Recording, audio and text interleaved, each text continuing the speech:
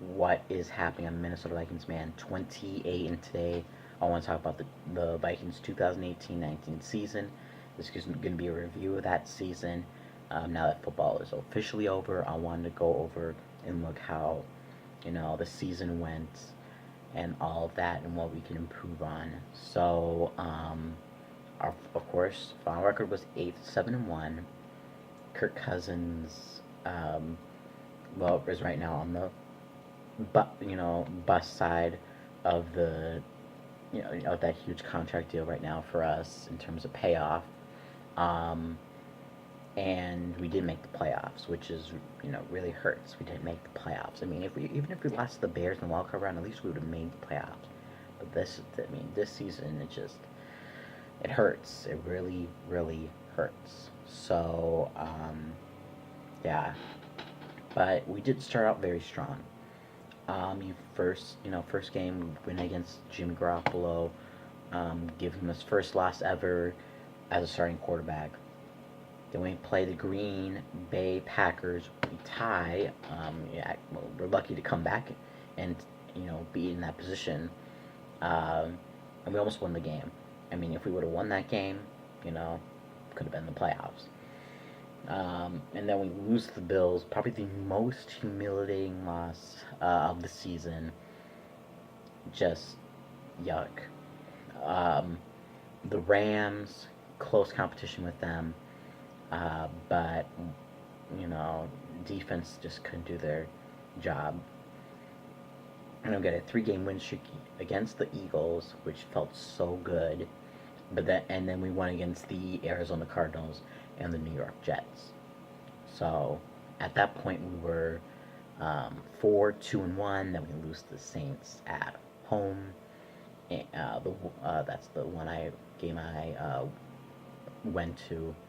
Um, it was, I mean, until Adam Thielen fumbled, looked like we're gonna take that game easily. But Saints just did what they did, and the Saints had a great season. So week 9, we get an defensive win against the Lions, and inside the bye week we're 5-3-1. So very confident. I don't know if I think we had a wild card spot at that point. I think the Bears were still first in division. And then after the bye week, we played the Chicago Bears, and we looked dead in the water. The score says 25-20, but until we got to the fourth quarter, we were pretty much dead in the water. So, yeah. I still had a little bit of hope because I'm like, okay, it was the Bears. They have a good defense. We can do this. We win against the Green Bay Packers. Always great to win against the Green Bay Packers. Then we lose to New England. Oh yeah, that's another game I went to. Um, Tom Brady. I expected it. And then we lose to the Seahawks. Seahawks. Yikes. It was, man, like 3-0 for a lot of that game. And then 3-0, 6-0, like 6-0 or something like that. And things just got out of hand. In the fourth quarter, we let Russell Wilson run run us down, and we end up losing that game. Only reason why we scored 7 points, just in garbage time. And then we get wins against the Dolphins, which was amazing because we were thinking, oh, maybe, John DeFilippo was was the problem, and win against the Lions. Slow first half, but after the Rudolph Hail Mary really got rolling, and then we had a win and in situation against the Bears. Going into that, I thought, okay, Bears, they're not gonna play their starters because it's like maybe in the second half at least, because the Rams are gonna Rams gonna take that second seed, which they ended up doing. Because at the end of the first half, the Bears need the Rams to lose, and then they need to win. And at halftime, Rams are already ahead. So I don't get the point of the Bears playing their starters. So yeah, Um, anyways, Vikings look terrible. Worst performance day ever. I think we only got a total of 164 yards on offense. I mean, that is one of the worst performances ever. And we got our only touchdown by a lot of penalties, um, aiding us down the field.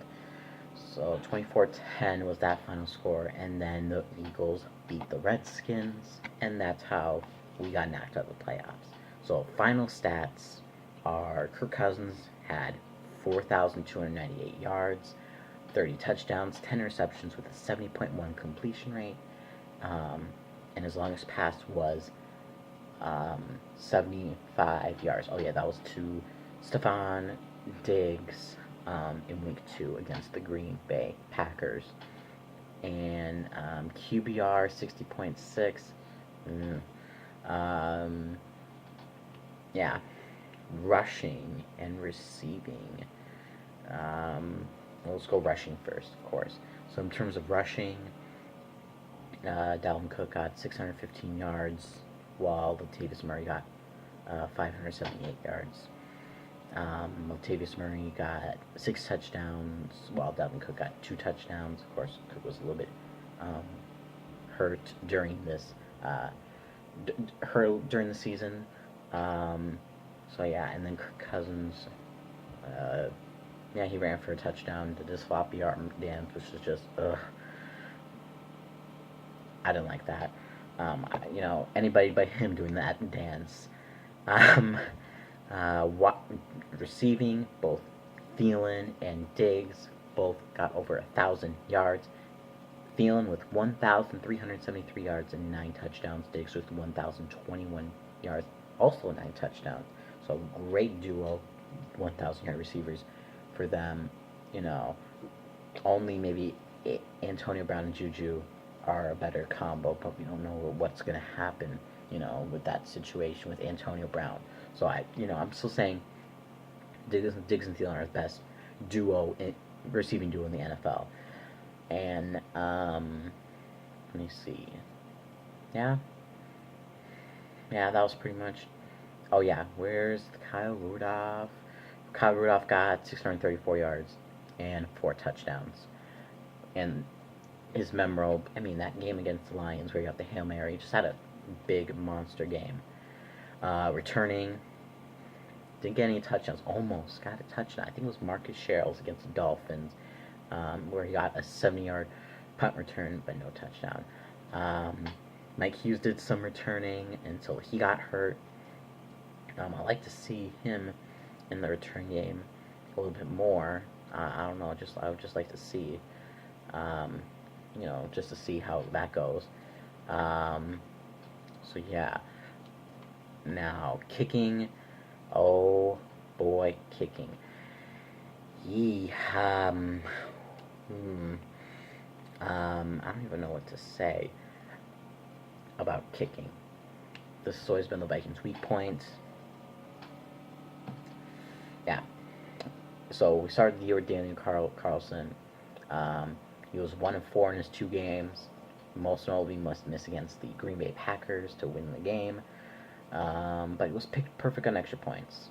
Dan Bailey was almost perfect on extra points, 30 of 31. That was great. And he was 21 of 28 on field goals, 75%. That's not good. That is not good.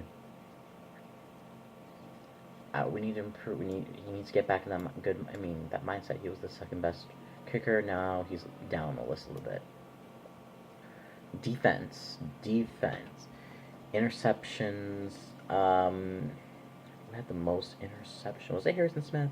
Yes, it was Harrison Smith. Of course, Harry the Hitman does it again with 3 interceptions. Kendricks actually had 2 interceptions. Oh wait, sorry.